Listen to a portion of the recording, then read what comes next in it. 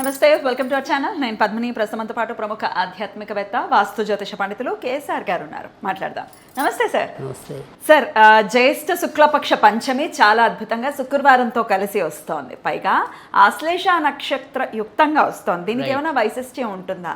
అలాగే నాగులకి పంచమి తిథి చాలా మంచిది, చాలా ఇష్టం అని వింటూ ఉంటాం కదా సార్. పంచమి కానీ షష్ఠి కానీ కొన్ని ప్రాంతాల్లో అయితే పంచమి చేస్తారు, చవితి కూడా ఆఫ్ కోర్స్ నాగుల చవితి కూడా చేస్తూ ఉంటారు. ఇట్లా అంటే 3 తిథులు ఇంచుమించుగా చేస్తూ ఉంటారు.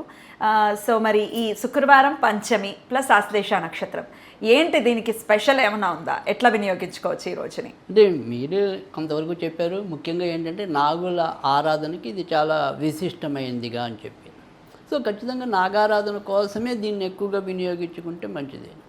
అసలు నాగారాధన ఎందుకు చేయాలి అంటే కనుక మనం ఏమంటాం, రోజులు బాగుండకపోతే కాలనాగే కాటేస్తుంది అంటాం. Correct sir.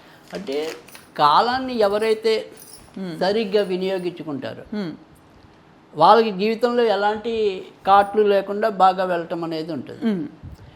అందుకని ఇక్కడ మనం నాగపాముతో ఎందుకు పోల్చామంటే, ఎప్పుడైనా సరే ఈ పాములు కానీ ఇతర జంతువులు కానీ ఏవైనా సరే మనం వాటి జోలికి వెళ్ళనంత కాలం సాధారణంగా మన జోలికి రావు అవి. భయంతో భయం కొద్ది అది కాక మనం ఇలా మన నీడని కాదు, పాములకి ప్రత్యేకంగా అసలు చూపు ఉండదని అంటూ ఉంటారు సైన్స్ ప్రకారం. సో ఆ సెన్స్, ఆ నీడ బట్టి అది అమ్మ వీడు ఏదైనా మన మీదకి లంఘిస్తాడేమో అనే భయం. ఇప్పుడు కుక్కైనా మనం నిదానంగా వెళ్ళిపోతే ఏం చేయదు, ఒకసారి వాసన చూస్తే వెళ్ళిపోతుంది. మనం ఇలా అన్నాం అనుకోండి, అది కూడా దాని ప్రొటెక్షన్ కోసం అరుస్తుంది. సో అంటే కాలాన్ని ఎవరైతే సద్వినియోగం చేసుకుంటారో, అంటే కాలాన్ని చూసి మనం బెదరకుండా దాన్ని బెదిరించకుండా మనం చేసుకుంటే, అంటే మన యొక్క ఏమంది భగవద్గీతలో ఎవరి కర్మ వాళ్ళు చేసుకుంటూ వెళ్ళటం. సో అప్పుడు ఏ పాము మనని మింగేది. కానీ ఇప్పుడు మనం ఏంటంటే అనేక రకాలైన కోరికలన్నీ కూడా మనకి పొట్టలాగా ఉన్నాయి కాబట్టి మనలో పాములు ఉండిపోతాయి. అవి ఏ రోజు కాటేస్తాయో తెలియదు.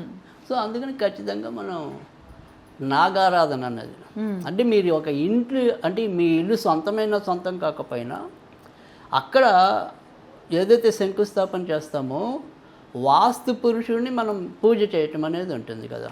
మరి వాస్తు పురుషుడు ఏ ఆకారంలో ఉంటాడు? సర్పాకారంలోనే ఉంటాడు ఆయన. అవునా? అందుకే ఆయన తల ఎలా ఉండి ఇలా అది సేమ్ సర్పం షేపులోనే ఉంటుంది. మోకాళ్ళు రెండు ఇట్లా ఒకదేమో ఇలా ఉండి అలా పొట్టలాగా వచ్చినట్టు వస్తుంది. సో అది అందుకని మనం ఎప్పుడు కూడా నాగులకి ఇంపార్టెంట్ ఇవ్వటం అనేది జరిగింది. ఏ రకంగా అయినా సరే, అంటే ప్రత్యక్షంగా కావచ్చు పరోక్షంగా కావచ్చు, నాగులకి ఇచ్చినంత ఆరాధన హిందూయిజంలో ఇంకా వేటికి కనపడదు. ఎందుకంటే వినాయకుడికి ఉంది, తర్వాత ఉదరానికి కట్టుకొని ఉంటాడు కదా, అదే శివుడికి ఉంటుంది. విష్ణు అయితే అసలు దాని మీద పడుకుంటాడు. అంటే వాళ్ళు కూడా నాగతత్వాన్ని ప్రబోధించడం అనేది జరిగింది. ఎందుకంటే నాగం అంటే ఇప్పుడు మనకి ఎవరైనా సరే బాగా అత్యధికంగా ధన సంపన్నులు ఉన్నారనుకోండి, వాళ్ళు ఏమంటాం, కోట్లకు పడగెత్తాడు అంటాం. అంటే పడగ అనేది మనకి ఉంది. అందుకని మనకి స్వప్న శాస్త్రంలో కూడా మన నెత్తి మీద ఇలా పడగ విప్పినట్టు కళ వస్తే కనుక ఖచ్చితంగా మనం చాలా అదృష్టవంతులు అవుతామని చెప్పి కూడా స్వప్న శాస్త్రం చెప్తుంది. మామూలుగా మన తల మీద మామూలుగా పడగ విప్పిన పాము అలా డాన్స్ చేస్తున్నట్టు కూడా కనపడుతుంది సార్. అలా వచ్చినా కూడా అదృష్టం అన్నారు. కాకపోతే శకున శాస్త్రంలో మాత్రం పాము పడగ విప్పకుండా అలా జరుని వెళ్ళిపోతే వచ్చింది అనుకోండి మన ముందు నుంచి, ఆ పని అవ్వదు అనేది మనకి శకున శాస్త్రంలో కనపడుతుంది. డైరెక్ట్గా మనం చూస్తే, డైరెక్ట్గా మనం ఏదో పని మీద వెళ్తున్నాం, ఇంపార్టెంట్ పని మీద, మనకి అలా వెళ్ళిపోతాం. ఇప్పుడు వాళ్ళ పట్టణాలు మనకి కనపడవు కానీ పల్లెటూరులో కొద్దిగా కనపడుతూనే ఉంటాయి. సో అలా కానీ మనం చేస్తున్న పనికి అది ఎదురొస్తే మనకి ఆ పని అవ్వద్దు అనేది మాత్రం శకున శాస్త్రంలో ఉంది.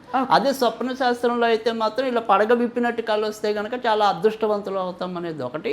తర్వాత ఒకవేళ కాటేస్తే, కాటేసినప్పుడు ఖచ్చితంగా చిన్న బ్లడ్ అనేది కనపడాలి. అంటే ఒక రక్తం చుక్క కనపడితే చాలా మంచిది, మళ్ళీ రక్తం చుక్క కనపడకపోతే యావరేజ్. కానీ అది కాటేసాక మనకి ఒంటి మీద ఎక్కడ కాటేసిందో అక్కడ చిన్న రక్తాన్ని కూడా మనం కళ్ళల్లో చూసామనుకోండి, చాలా మంచిది. సో అది అందుకని స్వప్న శాస్త్రంలో కొద్దిగా మంచి పాయింట్లు ఎక్కువ ఇచ్చారు, ఎక్కువ శాతం. దాన్ని హింసిస్తున్నట్టు కూడా కళ వస్తుంది సార్. అంటే ఇక్కడ ఒకటి ఏంటంటే, ఏదైతే మనకి సర్పశాపాలు ఉంటాయో ఇలా కాటేస్తున్నట్టు కానీ ఇలా పడగవిప్పినట్టు కానీ రావు. ఎక్కడొక్కడ చీటికి మాటికి మనకి ఎక్కడొక్కడ పాములు కనపడుతూ ఉండటం, ఆ పాములకు మనం ఏదో పూజ చేస్తున్నట్టు ఉండటం, అలాంటివి ఎవరికైతే ఈ సర్పదోషాలు ఎక్కువ ఉంటాయో వాళ్ళకి తరచు కనపడుతూ ఉంటాయి. అంటే నాకు ఆ రెమెడీ చేసుకో అన్నట్టు చెప్పటం, అది సూచనప్రాయంగా వస్తూ ఉంటాయి. ఇప్పుడు అంతెందుకు, ఇప్పుడు మేము సాధన చేసే వాళ్ళం ఉంటాం కదా, ఇప్పుడు ప్రతి ఏడాది నేను సపోజ్ హనుమద్ వ్రతం అనేది ఖచ్చితంగా చేస్తాం కదా. ఈ హనుమద్ వ్రతానికి ముందు ఒక 10-15 రోజుల ముందే మనకి కోతులో ఏవోటి కళ్ళలోకి వస్తూ ఉంటాయి, ఆయన సింబాలిజంగా. ఏంటి రెడీ అవుతున్నావా లేదా, సో అలా మనకి గుర్తు చేస్తూ ఉంటాయి, నువ్వు తప్పు చేస్తున్నావు, నీ పరిహారం తొందరగా పాటించాను. సో అందుకని మనకి ఖచ్చితంగా కొంతమందికి అందుకే కళల్లో కూడా పరిష్కారం లభించడం అనేది ఉంటుంది, దాన్ని కరెక్ట్గా మనం ఫాలో అవ్వగలిగితే.